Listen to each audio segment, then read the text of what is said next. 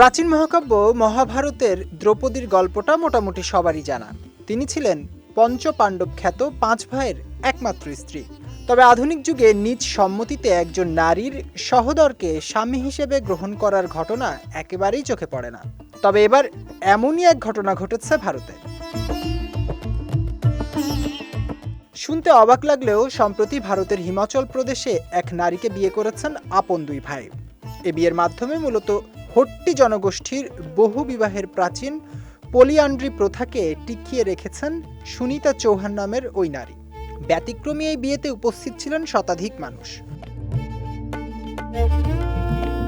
গত 20 জুলাই ভারতীয় সংবাদ মাধ্যম এনডিটিভি এক প্রতিবেদনে এই তথ্য নিশ্চিত করেছে।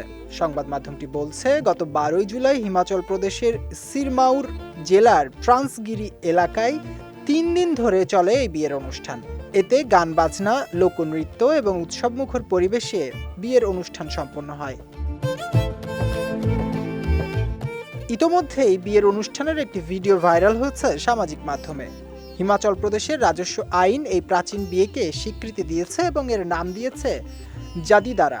ট্রান্সগিরির বাধানা গ্রামে গত 6 বছরে এই ধরনের 5টি বিয়ে হয়েছে। কনে সুনিতার দাবি, প্রথা সম্পর্কে তিনি সচেতন ছিলেন। কোনো চাপ ছাড়াই বিয়েতে রাজি হয়েছেন তিনি।